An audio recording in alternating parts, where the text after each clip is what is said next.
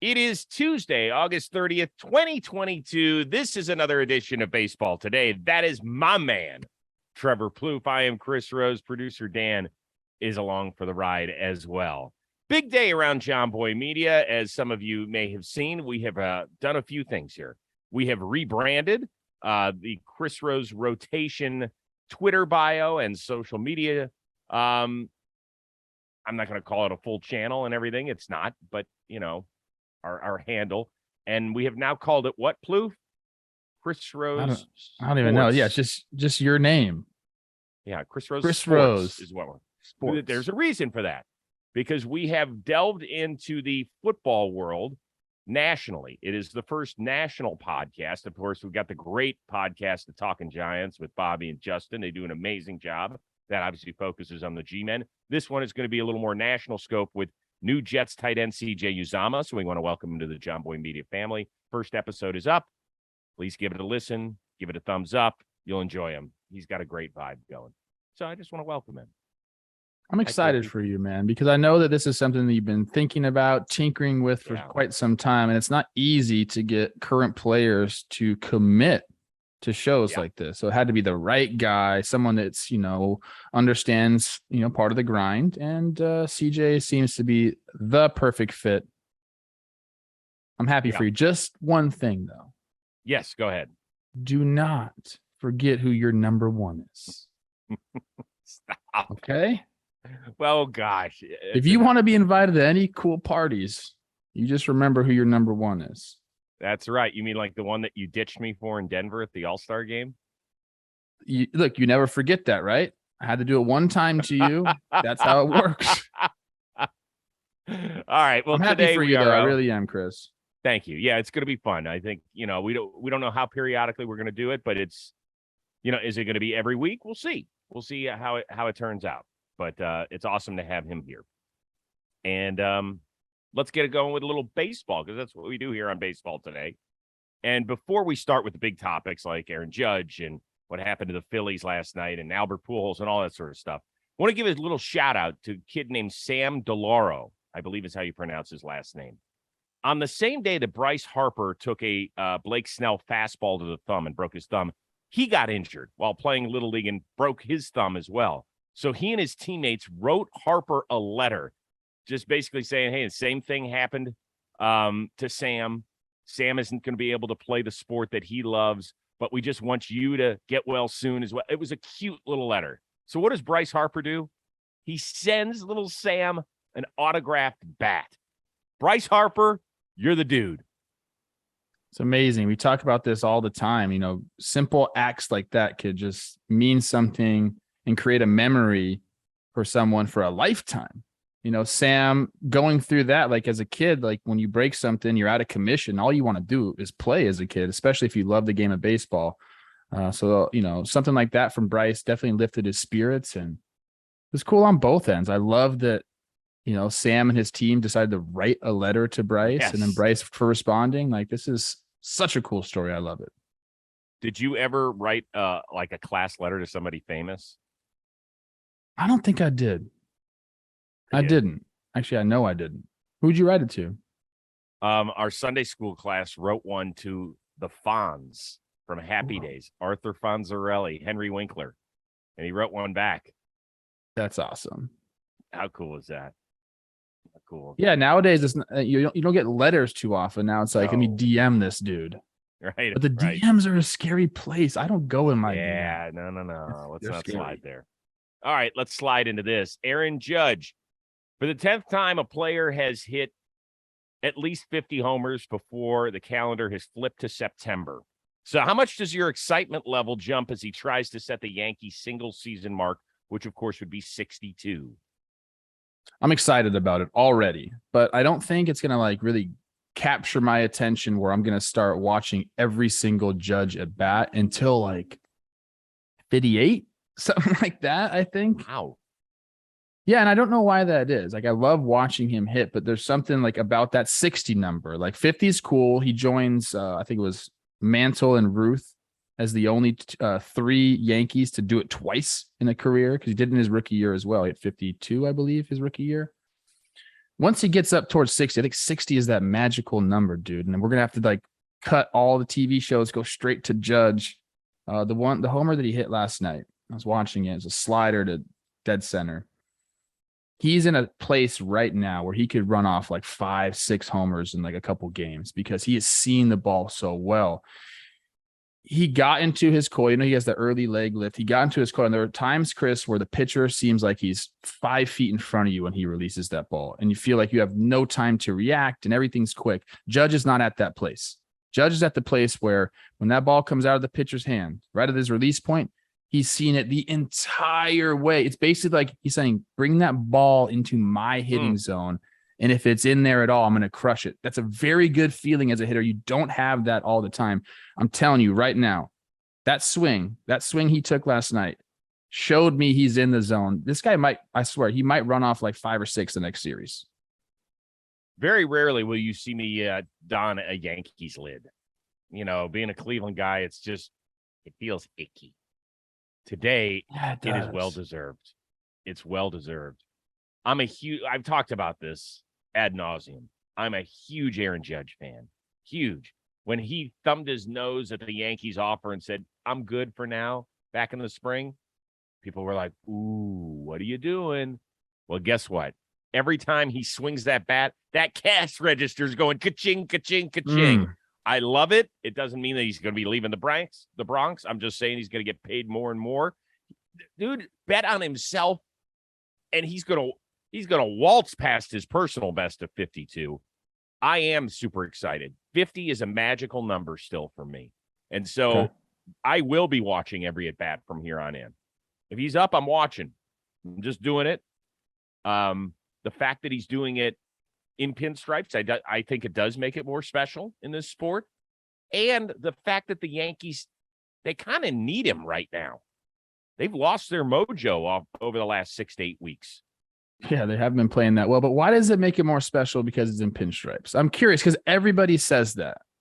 Yeah, I do think that, I think that 50 is a great, great number.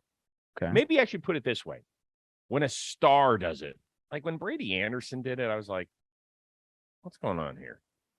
Okay. You know, I guess it's when a star does it. And most of the players who are over 50 are stars, right? I guess. Yeah. You know, in our lifetime, you know, Griffey did it 1 year and A-Rod's done it. Ryan Howard, I believe. Yeah. Did he get 50? Ryan Howard. I think he hit 58. Yeah. Stanton's done it. And I guess that gets me to my next point, which is I know last night he couldn't be in the clubhouse. I watched his full interview. He couldn't be like, yeah, dude, that was awesome, because he was pissed that they lost 4-3 and that they've lost 3 of their last 4 on this trip to Oakland and the Angels. I hope he gets to enjoy this. Too many times guys don't enjoy the ride while it's happening. I hope he enjoys it. He's enjoying it, dude. He has to put that out to the media, because if he doesn't, then, hey, your head's in the wrong place, bro. Like, it's about the team. Like, he's enjoying it. I know what you're saying, though. Like, he needs to, like, really fully embrace it and take a look around at the things that he's doing.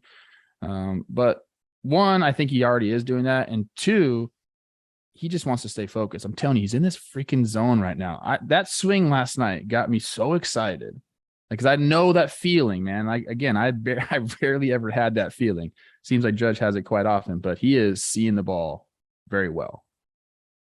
The only guys that have surpassed the 50 home run mark in pinstripes: Maris, Mantle, Ruth, A-Rod, and Judge. It's a pretty good list.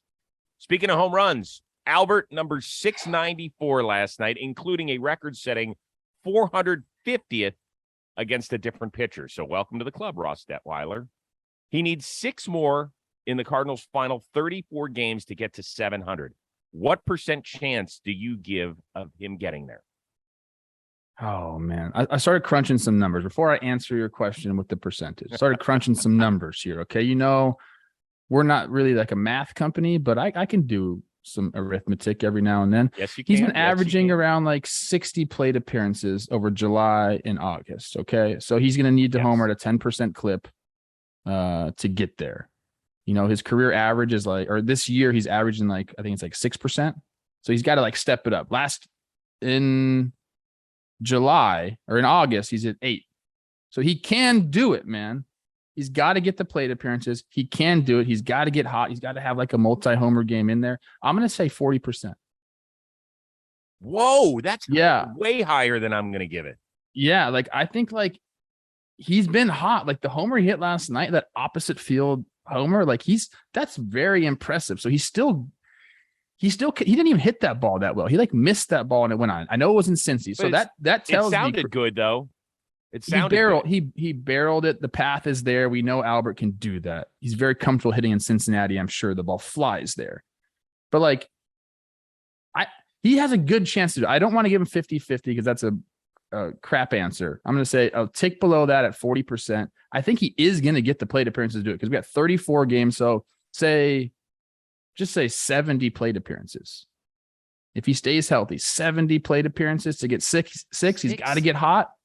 I think he can do it. 6 homers and 70 plate appearances. He just hit 8 and 60 plate appearances in August. I know, but you're always the first one to say that the averages play out, right? You could be smoking hit hot 3 the month before that.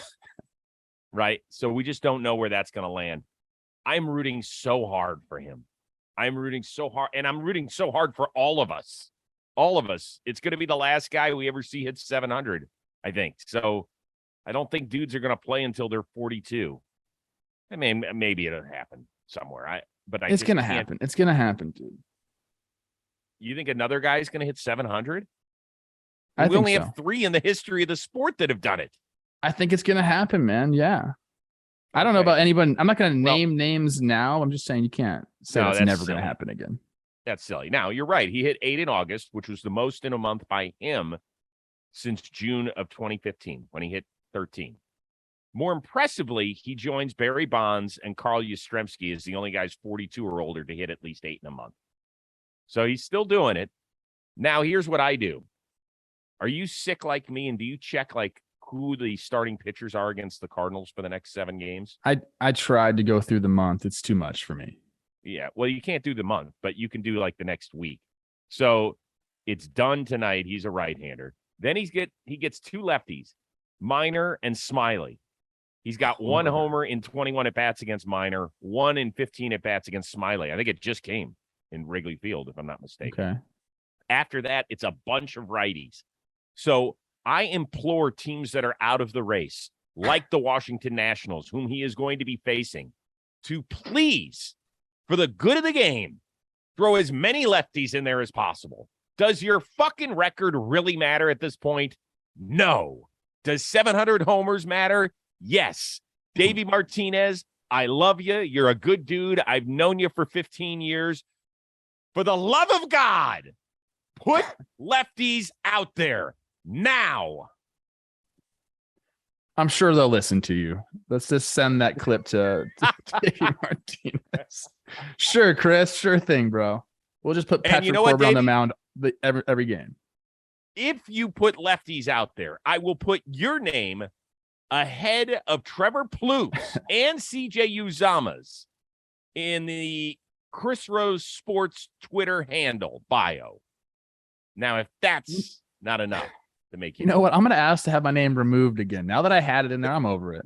I'm over that shit, dude. I hope Albert gets the at-bats. I really do. You know, I think that's obviously it's all going to come down to that. I think if at the very least, Chris, he's got to pass A-Rod, which is he's going. That's he needs 3 more to pass A-Rod. Yeah. We need that at least, Albert. Okay. And then get hot a little bit, hit the oppo. Then, they're going to try to come inside, pull the hands in, get extension out there. 40% chance. You didn't even answer your own question. What's your percentage? Probably like 21. 20. Okay. I just don't have much. Us Cleveland sports fans, we're like 90% scar tissue. So we're kind of damaged goods. So I'm trying to undersell and over-deliver. Okay. That's it. So you believe more. I like that. There you go. Hey, you're still a big trading card guy, right? You love trading cards, don't you? All right. So I want to tell you a little bit about CSG. It is an expert and impartial third-party authentication and grading service for sports cards. So after grading, sports cards are encapsulated in an archival durable, and crystal clear CSG holder that protects and preserves. That is a big deal in the sports card collecting world, Yes. correct, Proof? Okay. So every CSG certified sports card is backed by the CSG guarantee of authenticity and grade, which is the strongest in the industry. It's all about the grades, okay? Collectors know that they can buy and sell with peace of mind when a card is in a CSG holder because its authenticity and condition are guaranteed. How many times have you looked at something, it hasn't been in one of these protective, sleeves, and all of a sudden you're like, nah, this ain't right. So this one is all about right. In fact, CSG consistently has the best turnaround times and pricing among the leading third-party sports card grading services. And today, you will get a promo code. You're going to get $15 off your yearly membership. So I want you to go to csgcards.com, use the promo code today. You're going to get $15 off that yearly membership. It's real simple. We want to give you the best grading service around, get some protection, and get money off. Just one thing. Offer expires September 30th of this year. So you got a month to take care of it. Let's go. Chop, chop. I like that. There's a couple other services that take forever. So I've been waiting for another one to arise, and here we go. You got the promo code. Go ahead and do that. Got to take care of your cards. Best series we've got going tonight, Dodgers at the Mets. Oh, it's going to be tasty. Right now, whose roster construction do you like better for a World Series run? They're close, Chris. I like the Dodgers better. You go kind of position by position, if you will. I think you got to give offensively the Dodgers, they're a tick above, I believe. Right now, I think they're second in the big leagues in OPS plus. You know who's number one? Take a guess. Go ahead. The St. Louis Cardinals. Wow. 118 OPS plus. The Dodgers are at 117. The Dodgers, it's a long lineup, and man, they can hit homers. They can grind out at bats. They can do pretty much anything offensively that you need them to do. Mets don't hit as many homers, but they do grind out at bats, and they make it tough on the opposing pitcher. I'm going to give the Dodgers a nod there. I think starting pitching is also close. I'll give the nod to the Mets in that regard. Just because of maybe the name recognition, like DeGrom, Scherzer, and then Bassett. Those top three, I think, are probably, even though Anderson and Gonsolin and Urias have pitched really, really well, I'll give the Mets that one. And then so you go to the bullpen. I think at the back end, like Diaz is having an incredible year and Kimbrel's struggling, but overall, I think the Dodgers have a better bullpen. So I'm going to give the Dodgers a little bit better roster construction. I think they split the series, the 4-game set back in LA. I think it was in June. Really close, tight, contested series there. So this is gonna be one hell of a matchup. Probably it's the best series that we're gonna have in the regular season. I agree. I think and the fact it's in New York makes it that much more fun. There's just something special when you're playing under the lights there. So Gonsolin goes on the injured list, and Dave Roberts didn't seem too concerned about this strained forearm. It's hard these days with certain guys to tell whether there's a legit injury or they're just hiding a guy for some rest. But I think it's rest. Forearm, like it'd be one thing if somebody said, well, his back was bothering him a little bit. Like that one, I think you could be like, oh, that's a rest thing. But strained forearm scares me a little bit. They could just pick him out of a hat, Chris. Like, okay, what's your injury going to be this time? Okay, well, if that's infected true, tattoo. Then, okay. Oh God, now come on. We didn't really get to that yesterday. Maybe we'll get to that on the AMP portion of the program. But I will say this: both teams are starting to get healthy, right? Dustin May just came back for the Dodgers. Kershaw, we think, is going to be returning very soon. Blake Trinan could be activated this weekend. To me, that's the one I circle. I think one of the most interesting storylines down the stretch and going into October is, does Dave Roberts have the onions, if he needs to make a move to Blake Trinan at the back. Okay. Just saying. He's already said that. He said that Kimbrel's going to have to earn his role as closer in the postseason. He hasn't earned it yet. Yeah, well, I know he hasn't. And so if they go to Blake Trinan, I think that's a huge move. And to me, that might be the biggest difference between these two teams, is that with Edwin Diaz, I know lack of playoff experience, all sorts. I get it. But in terms of guys who have been great the last 2 years, you guys match what Edwin Diaz has done. He's filthy. Yeah. So, but when you look at the lineups, it's freaking amazing with the Dodgers. They have almost an 800 OPS, which is almost 60 points higher than the Mets. They have almost 40 more homers than the Mets. It's not like the Mets are a shitty lineup. It's just the Dodgers. You just keep railing. God, they're good. It's So long. I give the Dodgers the edge, but not by much. Like this much. In the lineup or a total? No, overall. In terms of the I agree with you. The lineup is for the Dodgers. You just can't pick anybody out and say that's an out. I mean, the closest thing to that is what, Cody Bellinger? Yeah. And a former MVP, like could get hot at any moment type guy. Muncie's, getting back on track. It's it's just, if you're an opposing pitcher and you're going through the lineup, that's what you do. You say, where are my outs? There aren't any. Yeah. Nope. Good luck. By the way, this would be a great NLCS. All due respect to the champs, this would be a great NLCS. Dude, the NL playoffs are going to be fucking awesome, Chris. Awesome. I'm with you. Speaking of which, Phils are currently the 5 seed. But boy, what a wild day we had on Monday. They led 7-0 and then gave up 13 unanswered runs. Just another L or slightly bigger deal because of how that transpired. It's just another L. I think you got to tip your cap to the way the Diamondbacks are playing right now. They're playing really well. They just swept Chicago. They go in. Now they come back. I think it was the biggest comeback in franchise history. The Phillies look good. I feel like, look, you went and did it against Bumgarner. He put up like 7 runs against him. And then, Ranger got clipped a little bit and the bullpen didn't do their thing. But the Diamondbacks have been playing really good baseball. Corbin Carroll makes his debut yesterday, gets a knock. I liked watching him play. Emmanuel Rivera had a couple big knocks. He's been really good this year. So, there's some players down there. Don't forget about the Snakes in the Desert. They've been playing well. So, for the Phillies, tough to lose that game. Obviously, when you're up that big. But I think it's a wake-up call, a kick in the butt. Like, hey, man, when you have them down like that, you got to finish. You got to finish. You can't get lackadaisical. Probably what happened yesterday, but you just put that behind you, move forward. Well, it's a bigger deal to Philly fan than it is to the Phillies in uniform. It always is. I'm always amazed at how you guys are able to wash a game away. You have to do it or you can't make it as a professional baseball player. But Philly fan today is waking up and going, what the fuck happened?